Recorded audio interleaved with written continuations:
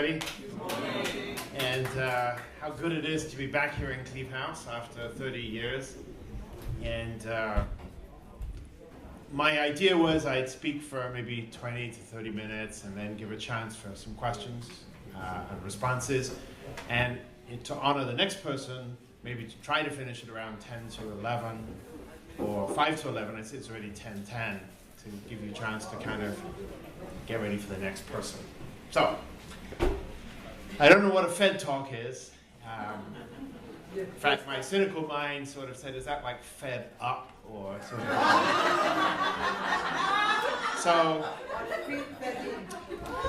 anyway, Fumiko and I have lived in America for the last 25 years.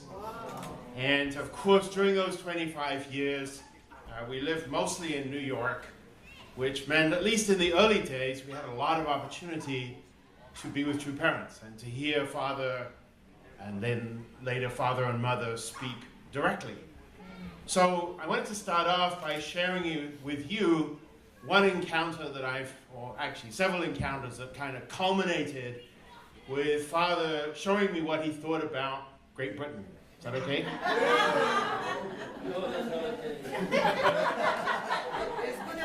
So, yeah, some of you have heard this story before, but anyway, in the latter days, father would have quite lengthy hundacays at East Garden. How many of you here have actually been to East Garden, to the conference center? About half, okay. So, you know, these would be kind of not so structured, and often father would cover several topics, but after a while I came to feel, maybe I was mistaken at first, but later I definitely wasn't, that whenever father saw me, he would change the topic to talk about the sins of the English. And just as a disclaimer, I am an American citizen, became an American in 2009. So I spent most of those 25 years trying to be American in some way. But anyway, father would either he'd look at me or some angel would tell him, it's time to talk about the sins of the British. And, you know, father needed some kind of focus for those sins, and quite often it was the British Museum. So father had this narrative, which of course is the British Museum is filled with the stolen plunder of the world. And there's some truth in this. You know, I met Farzad this morning, and Farzad is from Iran, there he is. And the great treasure of Persian history is the Cyrus cylinder. It is the equivalent of the Rosetta Stone and carries translations from ancient Persian to other languages of the day. And it's not in Tehran, is it, Farzad? It's sitting there right in the middle of the British Museum, for example. Just happened to arrive there one day, and it was discovered in East London. No, it wasn't actually. And of course, the other famous example is the Elgin marbles, which come from the frieze of the Parthenon. So if you go to Athens these days, there's a new Parthenon museum, and they display all the marbles, and the missing ones, you see the outline, and it says, in London. See, being British, I thought, well, you know, father, the truth is that these things were lying around, probably would have been destroyed if somebody hadn't found them and cared for them. Yeah. And there's some truth in that as well. And I also thought, why is it that places like Britain have a museum that you, father, can enjoy, and Korea doesn't have any? Because you don't, you know, you were too busy fighting each other to care about those kind of things. But then father would go on to say that, you know, and the British, not only are they thieves and murderers, but they're pirates. And this was usually good for another 10 or 15 minutes of talking about the sins of the British pirates. And sometimes it would morph into the British are polar bears, meat-eating carnivores, you know, white, that roam the world and cause destruction. So, you know, I tried to be a loyal son of two parents, but it was really difficult, right? I'd be sitting there fulminating, thinking, you know, father, you're the Messiah, but this is too much. Too much. Anyway, one day, after several times this had happened, Father was really piling it on. And to be honest, I lost my center. So I was just sitting there with a black British storm cloud over my head. Father was going on and on. And I sat there.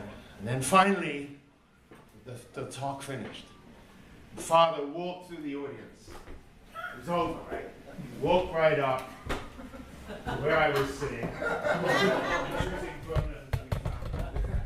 he grabbed me. And he said, "You are a pirate."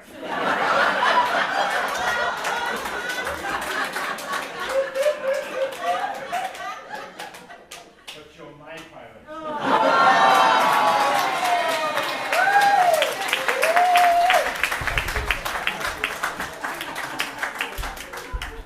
So then I felt better.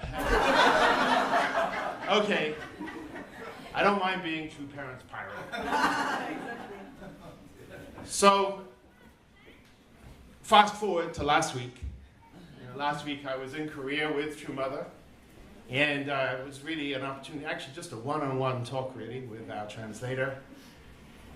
And Mother emphasized how much she hopes that Britain, Germany, and France can unite.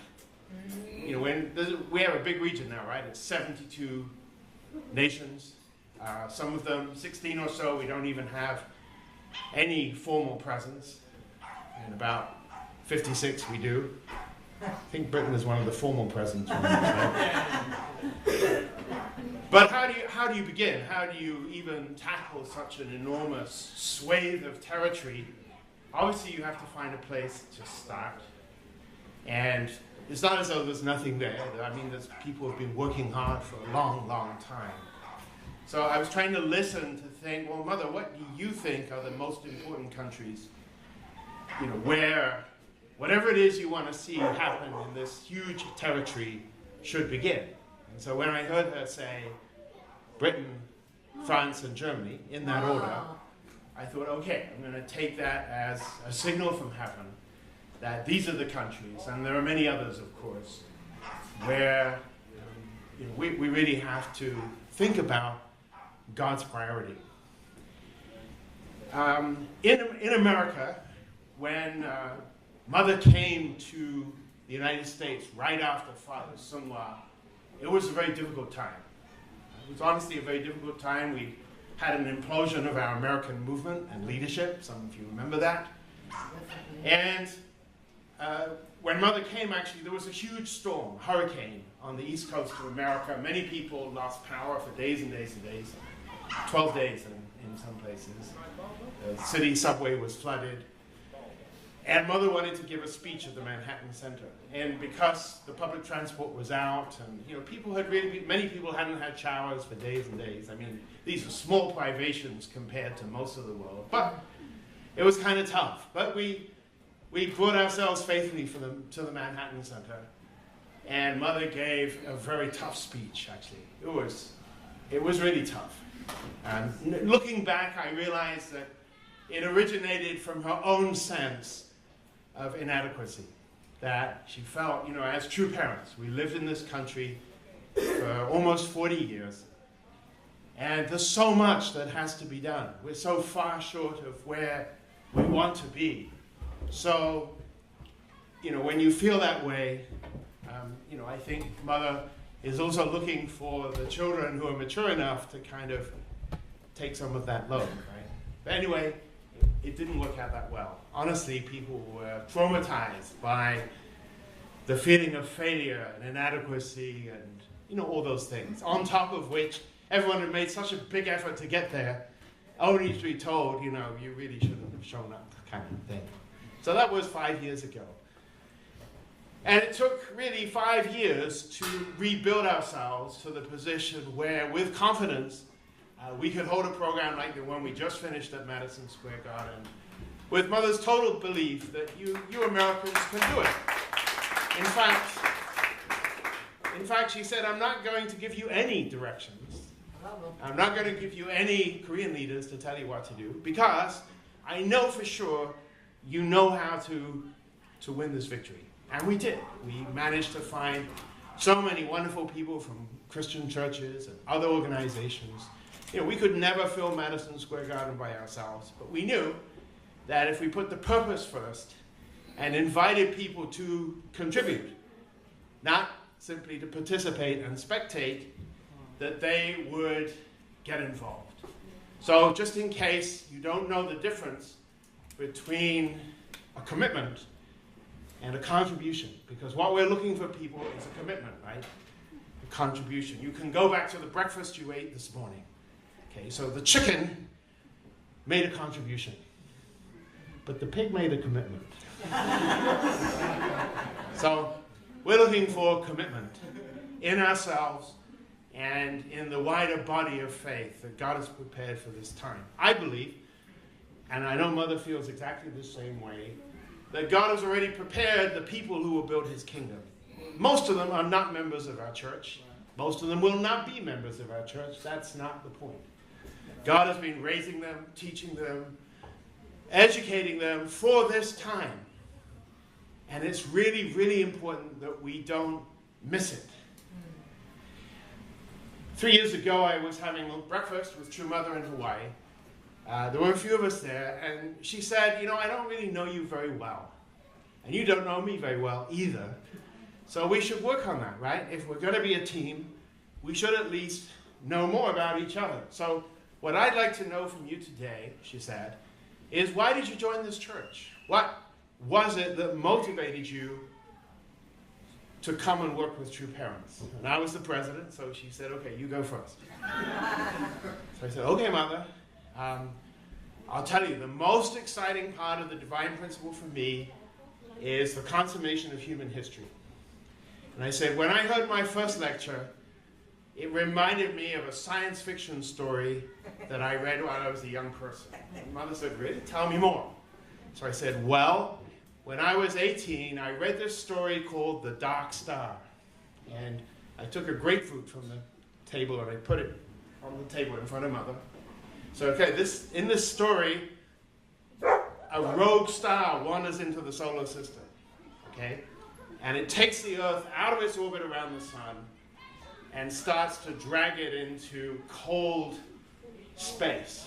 And it gets cold, and this was the image that stuck in my mind. And this story was, first, of course, it snowed, and then the carbon dioxide snowed on top of the snow, and then the nitrogen snowed on top of the carbon dioxide, and then the oxygen snowed on top of, until finally all the atmosphere had kind of settled as snow. But a few people kept alive by shoveling snow, oxygen snow, onto a fire, and it kind of burned. And it's a story, right? Don't think about the science. So, but imagine the situation, right? The Earth is freezing.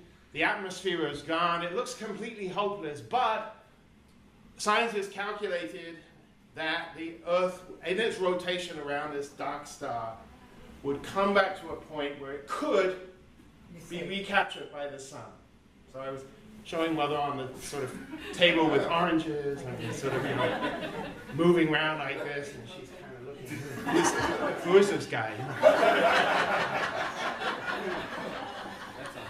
So anyway, in the story, to have that recapture, what was necessary was for all the survivors to move to one side of the world and detonate some big explosion on the other side. Okay. So, but the point, the analogy that I was making, I'll make to you, made to Mother, was in the same way, human history was captured by Satan.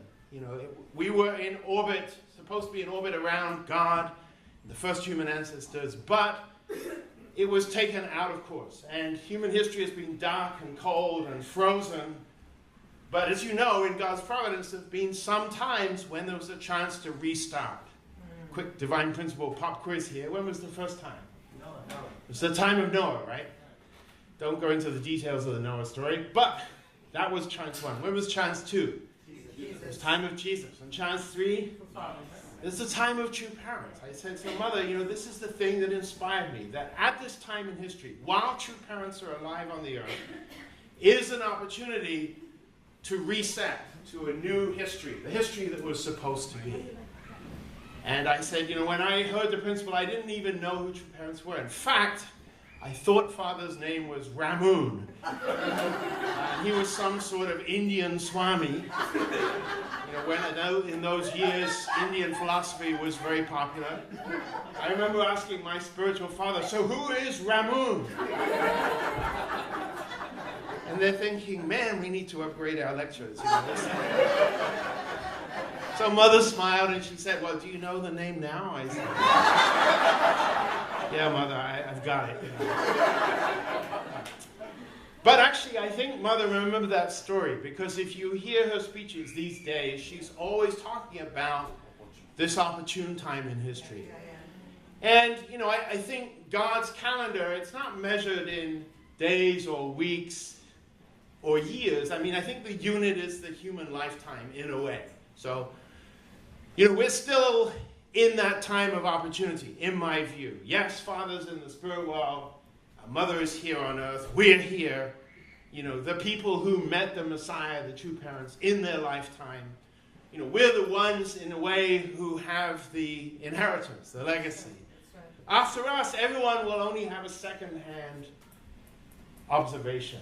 But there's something really important about being a primary witness, about being the ones who saw it for themselves. And if you think about the Bible for a moment, many of the stories there would not be there if some of those witnesses hadn't taken time to share them. That's right.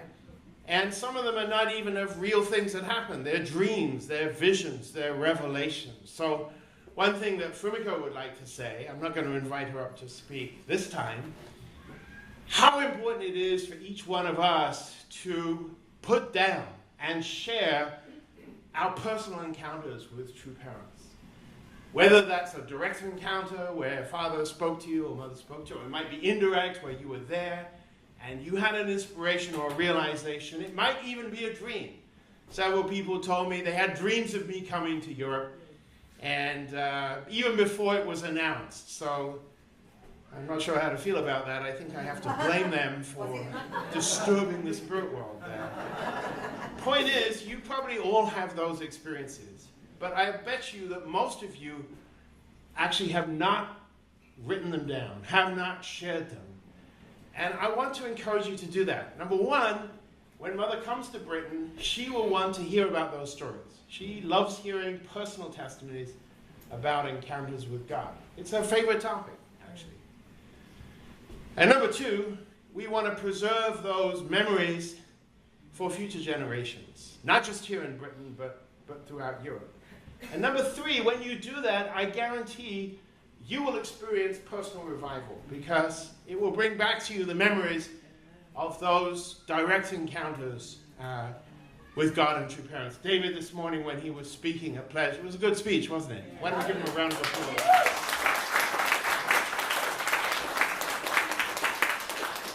I really felt he was touching on an important point, that we have to kindle the fire of commitment that brought us here in the first place.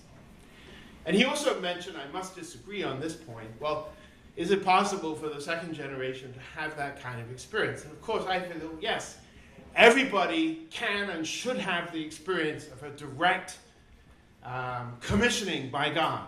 In fact, again, going back to the scriptures, we see God always commissions people directly. He calls them. I have some favorite stories of commissioning. One is the story of Samuel, who was only 10 or 11 years old. You know that story, right? David. Samuel? Yeah. You know that story? Yeah. God calling him in the temple 3 times. My personal favorite, honestly speaking, is the story of the calling of Isaiah. And Isaiah was not a young man. He was already married. And he was living in a time which was extremely difficult. This is, after all, the chosen people, but they've blown it. They are not living according to the principles of God. They're not keeping the tradition that God taught them. They're not studying the words that God already gave them. They've forgotten. And they're exiles. So, it's one thing to be preaching the story of the coming kingdom when you haven't had a taste of it, right? When we joined the church, it was all about 1981 or 1984 or some near future date. And there was going to be a worldwide kind of, coming of the nations. But what if you think you've already had that, or you've already had those opportunities, and somehow you couldn't grasp them at the right time, right? I think most of us would say, yeah, there were times, we had big opportunities. I think of the advances we made in the former communist world, or when Father was reaching out to Islam in 1992, and so on. But Isaiah in particular speaks to the situation of a people who feel they've lost their chance and consequently don't feel hope. But this is the wrong feeling to have. In Isaiah 43:18, God says, "Behold, I'm doing a new thing. Forget the past, because I'm beginning something new." It doesn't mean to say the past has no value or that it was all a mistake. No. But just in God's perspective, the important time is right now. The important time is what I'm going to do from this time forward. And I think this should be our philosophy, our thinking point in this moment. It's certainly true Mother's thought. She is consumed with the idea, I have a few years left on the earth. I don't have Father with me anymore. But this is the time I have, and God wants to do a new thing. When God called Isaiah, Isaiah was terrified. He said, "I'm a man with filthy lips, and I live among a people of filthy lips." That term filthy lips, may take a little unpacking.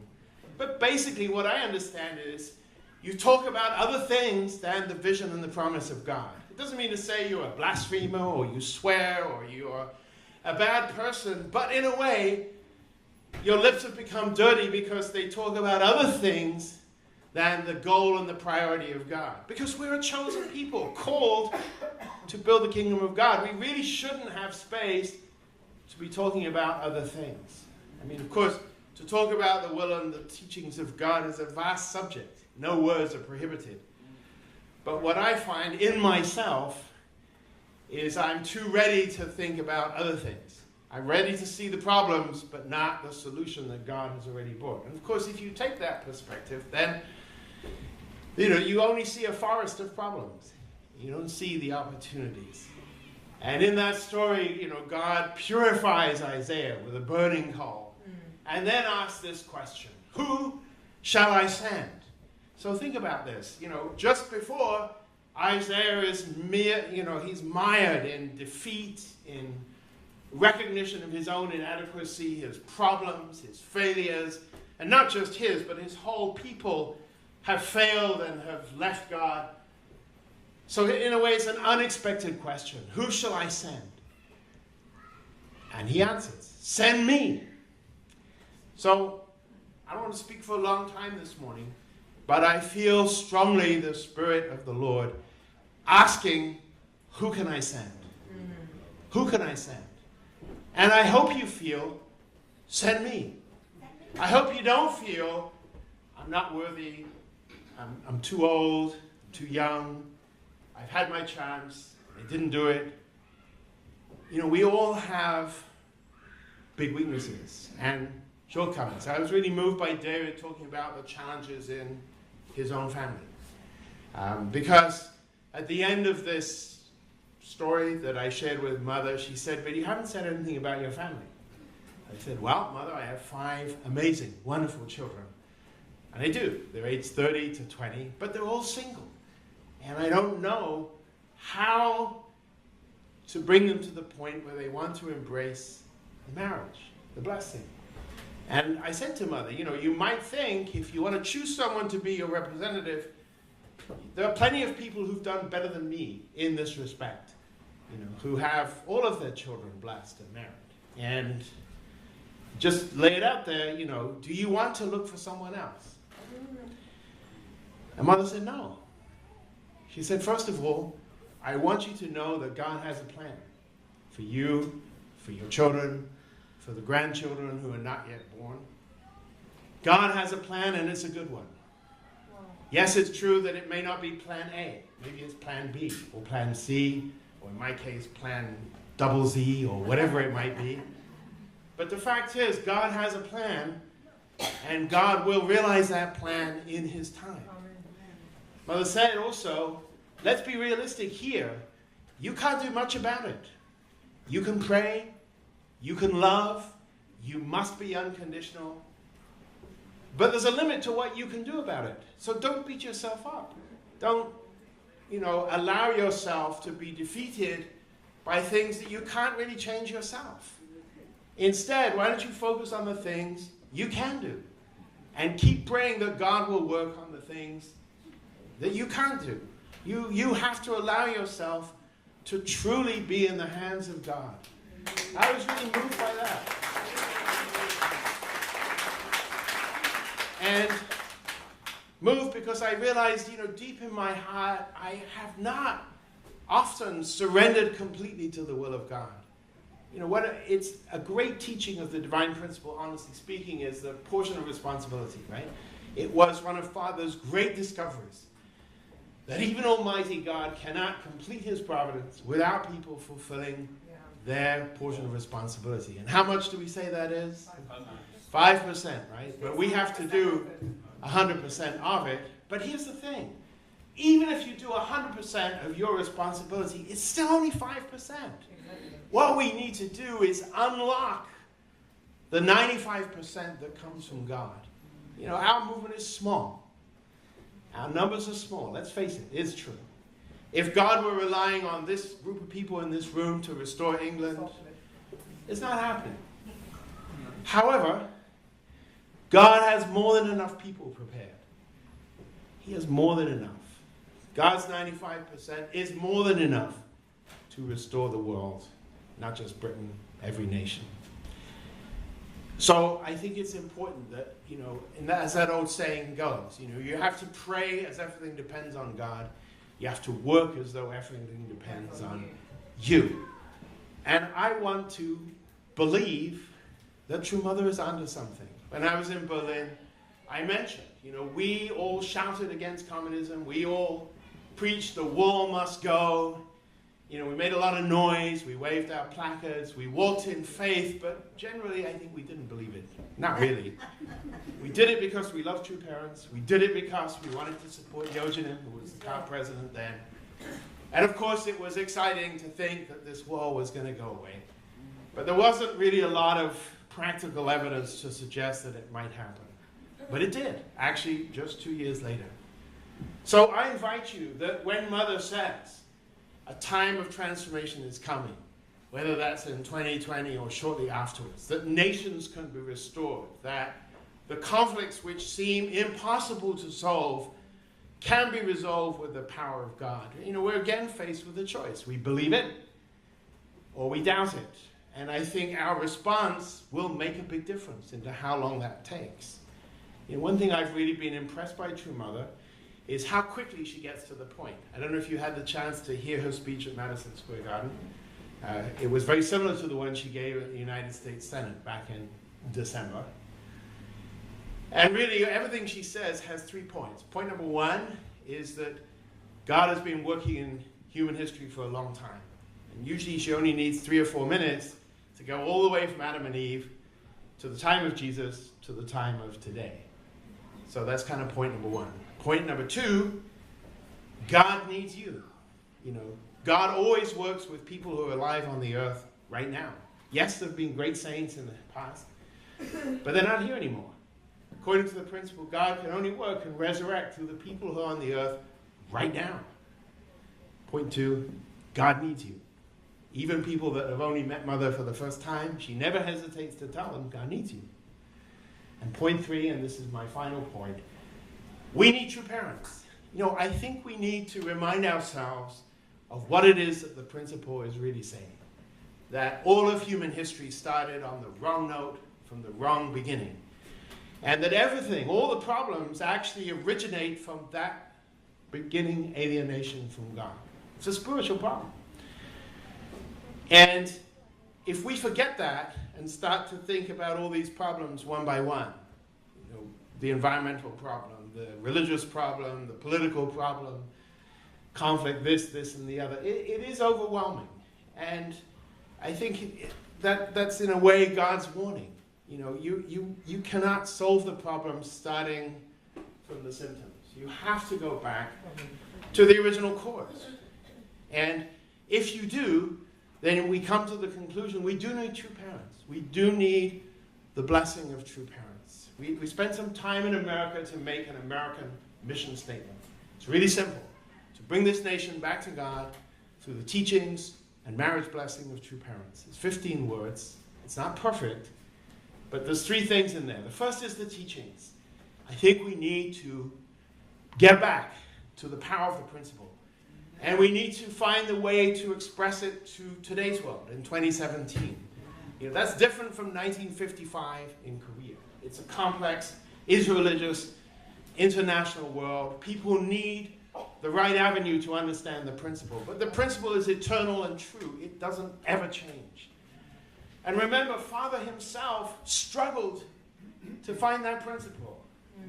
You know, even in very simple terms. I mean, how many pages are there in the divine principle? Roughly? 500. Okay. And how long did it take Father to feel he completed that? 9 years. 9 years, right? So 9 years, 500. So rounded out, it's about what? 55 pages a year or something like that. It was really slow going. 1 page a week. Could you carry on with 1 page a week? But of course, it turns out it was nothing like that either. There were months, even years, when there was nothing at all. This is the great self-revelation of Father in Champomakyang, in his autobiography. We all know the story, how he'd have a Korean Bible, a Japanese Bible, an English Bible, and he'd study them and make notes. And sometimes, after doing that for months, he'd realize it's all wrong. I really haven't made a start. He said on sometimes my prayer, my devotion was not enough. And I mean, this is Father who's soaking the floorboards with his tears, but still feeling it's not enough. There were many, even years, where he felt I've made no progress whatsoever. And finally, after almost 9 years, actually on the way back from Japan, he said it was as if God suddenly turned on a movie projector and I began to see the whole of history from God's perspective. And then the secrets that had been hidden for all these years began to flow. I think we're supposed to have that kind of experience ourselves. You know, we all studied the principle, some of us years ago, some of us recently, but I think we need to reapproach it as it really is, the revelation of God to build God's kingdom. And secondly, we need the blessing of true parents. You know, we need to be reconnected to true parents. And in that way, we can bring this nation, any nation, back to God. But true parents have already delegated us to the full authority to do both these things. To teach the principle, to give the blessing. It's no longer their responsibility alone. It's ours. I think it's very important to be simple and to be focused on what it is we want to accomplish. I do not have a master strategic plan. I mean, a month ago, I was just happily president in the United States thinking probably Mother might want 10 more Madison Square Garden rallies. Didn't have any plan to sort of come and be in a different country. Mother has constantly told me, and this is no lie, I believe in you, I trust you, Europe will benefit from your passion and your vision, and I'm thinking, me?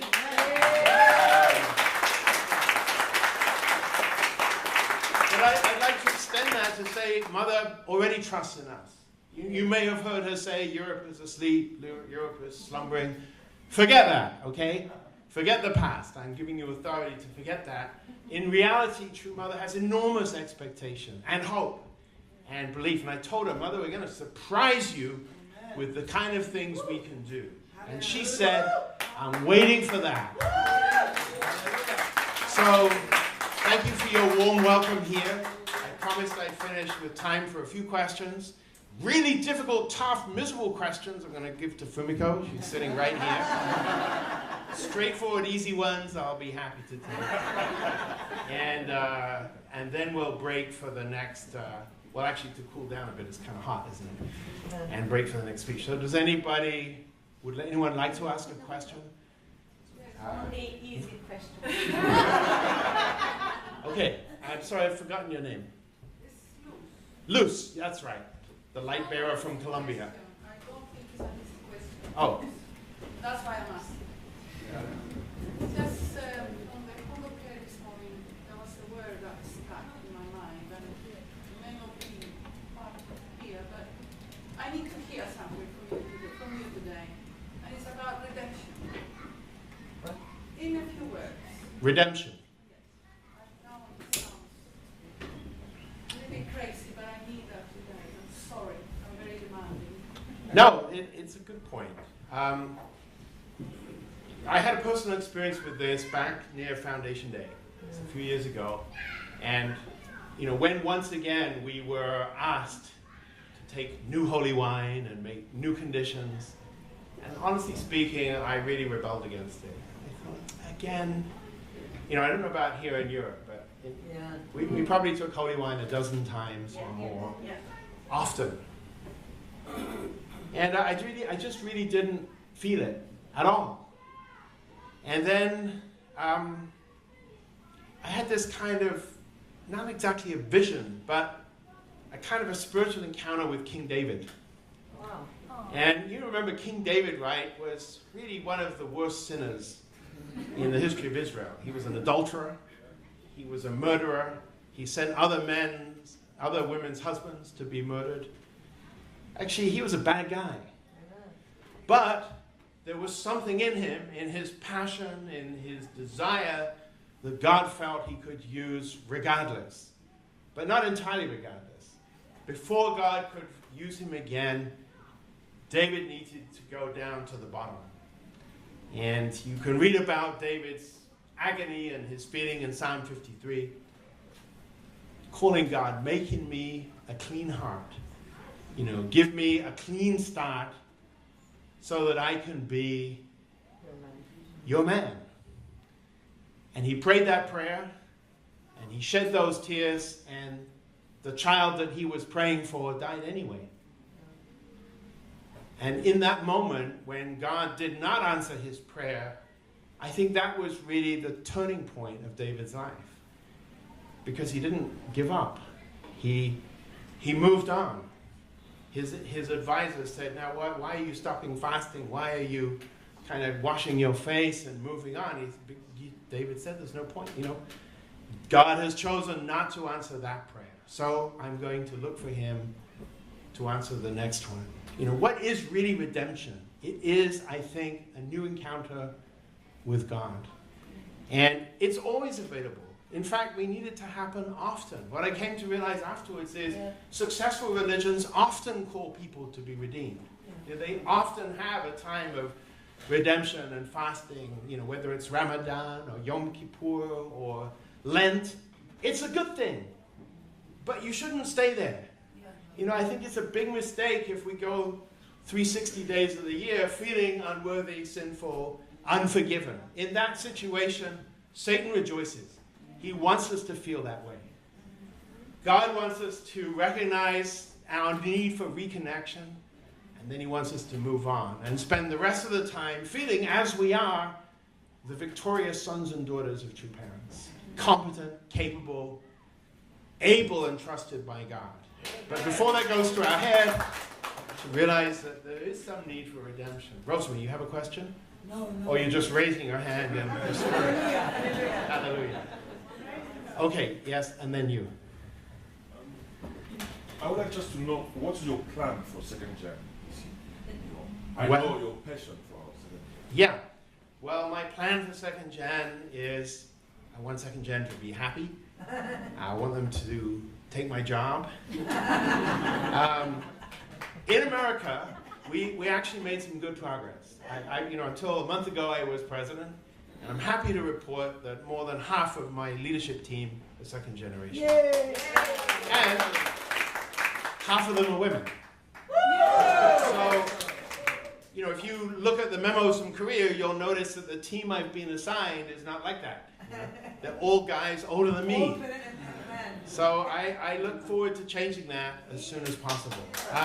I hope to have a chance to meet with all the second generation and to listen and to, you know, to hear about their ideas, your ideas. Don't see too many of them here because they're out playing sports. But, you know, again, just thinking about the Madison Square Garden experience, most of the good innovative ideas came from the second generation. I think they're, you know, they're already well qualified and able to lead. I've heard that there have been problems in the past. My feeling is our job is to make a movement and a cause that's worth following, and everything else will take care of itself. We will never convince people to take action just because they should, they must. Their parents said so. You know, we didn't do that. We joined this movement because we believed in the direction and the goal. And I think that Mother is longing for us to rekindle that kind of feeling. I mean, she's investing so much, right? 2 weeks ago, I was in Korea at the Global Top Gun. I told them that story of the Dark Star. You know, there are 1,300, 1,400 young people. And when they come back, many of them are back already, I hope it's to a movement, a family that is longing for them to find their place. So I think it's a very, very high priority. And I don't know that I'm good at it, but I do know that we did succeed in the United States in starting to build a really strong young team. I'm a big believer in teamwork. I mean, let's be honest, changing Jack for me, I mean, in America, I realized I was the 14th president, right? Most people can't even remember the names of all of them. One person can do very, very little, honestly speaking. However, a team of people working for a common goal can do a lot. So I would like to see myself as a team leader, got a big team, 70 countries. Some of them have been our enemies and rivals before. That's good. It means that we have an opportunity to kind of really work together. You have a question. Yes, hi. My big passion is healing, and I'm really passionate about family relations. I think that's the base where our second generation is coming from. And when that's strong in our first generation, then the second generation can be supported. So this is my big passion. And my question is, do you have any maybe experience, or have you been doing something in America, or do you have maybe some plan for your mission right now? Because I feel there are new opportunities, but not coming from principal background, like emotional healing strategies we can use and we should use. And I'm really passionate about that. What is your experience from your? Okay, I think I understand your question. In general, you know, in the United States, I mean, it's true that there are many different personal ministries going on. And most of them that succeed, although you may say they don't have a principal background, they succeed because they are based on God's principles. And again, we have to remind ourselves that according, you know, again, the message of the divine principle is that the Messiah comes to unite all of human history, every religion, every philosophy, every teaching. And the key point, in my view, is to keep the vertical line straight. If that's done, all other things are permissible and can prosper. If that wavers and we start to, you know, lose sight of where is the center, then that's very difficult. So, you know, I made my commitment to Mother 5 years ago when she called me out of the relative obscurity of UPF to be president in America. And she said, let me tell you, you only have 2 jobs. You know, as the elder son nation and the representative of the elder son, but actually all of Western nations are in the same position. Number 1 is you have to attend your parents. And what does that really mean? It means you have to make your parents' mission a success. She gave me an example. You know, very often parents in their elder years are stubborn. You know, maybe there's a family business and it's not going well. And the children can see very well why it's not succeeding. They may even believe it cannot succeed. However, as a filial son, your job is to make it work. You know, not to kind of develop your own glorious career and victory. Before you do that, you have to take care of the parent's dream and vision and make it a reality. And you can see Mother has that view towards the things that Father started and couldn't see completed in his lifetime. She wants to make them work. So I feel our first priority is to understand well the things that True Mother's interested in. Don't have time to go into it today. But very often, every month or so, I write down for myself, what are the priorities that Mother is thinking about right now? And what am I doing to try to advance those things? And the second job is, as the elder, to take care of the younger brothers and sisters. And not to kind of think that any blessings or grace that you have is for you alone. So very simple. And then she asked me, and how's America doing in this respect, you know? And I had to sort of bow my head and say, well, not too well, Mother, you know. In fact, at that time, right after Father Sungwa, America was leading the world and complaining about what had happened, pointing fingers, and really not taking responsibility. And as a practical matter, one thing that I really would like to see happen in Europe, when I took over as American president, we were receiving $40 million a year subsidy from Japan, mostly for the Washington Times, but a few other projects as well. And I didn't really know that. I mean, I lived in America a long time, but it was really confronting to be shown the depth to which families in Japan were sacrificing for America. And you know, our great pride is that within 2.5 years, we'd stopped all that subsidy. And today, we're donating millions of dollars a year to the world. So, actually, Mother wants to invest in Europe. One of the outcomes of my visit was she promised a lot of money to help develop projects throughout this big region. But I promised her, Mother, if you invest that money, we will quickly return it. We will quickly be in a position where we can support and help other nations. But I didn't say no, because I think we need a jump start. And so, you know, with our leadership team, we'll be discussing the best way to use True Mother's investment. I want to hear from you as well. Let me say my email address, michaelbalcomb@gmail.com. It's really complicated. FumikoBalcomb@gmail.com. I would just want to give testimony to Fumiko for a moment. When I became president, the very first thing she did was to set up a weekly prayer with the wives of the other key leaders in America. Just 4 or 5 people. And for 5 years, every week, she's held this prayer call without fail. And I really feel how important that is. From that beginning, you know, many other people offered their prayers and their support. And you know, I am a believer in prayer. I'm not a great practitioner of prayer. It's not one of my super strengths, but I do see that when prayer is offered regularly, then the power of God comes. So I want to invite you to be part of a real effort of prayer and unity. We're kind of out of time. Joanna had her hand up, so actually Joanna invited me here. I didn't know about this, so I'm going to honor her by giving her the last question. Thank you, Mike. I always felt you were a really great speaker, and one of the reasons is because you always bring your own personal experiences and testimony into your talks. So what I'd like to hear from you is, in all your time in America, and I don't mean in your time of leadership necessarily, but during that 25 years or so that you've been over there, apart from acquiring an American accent, when you I have an American accent? In America they say, you've got a terrible British accent. when you felt those moments where you felt like each one of us has felt the same as Jesus on the cross, why hast thou forsaken me?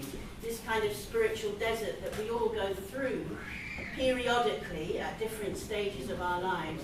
What is your most memorable experience of how you've come out of that in the United States? Could you give us an example, perhaps, of something that touched your heart that might move us? Thank you. Thank you, Joanna. Actually, I mean, there's been so many times, of course. And I guess what I came to realize, and again, this is something I want to emphasize to everyone, I hope you really take time to study the books of scripture that True Mother has provided for us, the Champumakyang, the Pyongwagang, and the Chansangyang. I mean, I know there's controversy about should you read the King James Version or the Revised Standard. Doesn't matter. But read it, okay? Fumiko and I made a decision to read, not a huge amount. We read 6 pages every day. But if you do that, then over time you kind of plow through these enormous books. And what I came to realize is Father and Mother had these exact same moments as well. There are many times. My favorite passage is in the Champumakyang book. It's only one book, book 1, page 50. And Father says something like this: just because God called me to be the Messiah and chose me did not mean that I would be the one. And of course, that's the divine principle, right? According to the divine principle, there are many things that God needs to do to choose the chosen person. And even then, they need to fulfill their responsibility. So Father explains, I persevered. I made a movie about Father once called The Determined Man. I had this view that of all the characteristics that Father had that made him someone God could use, he was determined not to quit. I see that same spirit in True Mother, and I want to have it myself. That no matter what, I'm determined to see this thing through to the end. And on that foundation, I think God can bring healing and grace. It's 3 minutes to 11. I want to keep my promise. Thank you very much. I look forward to seeing you a lot more.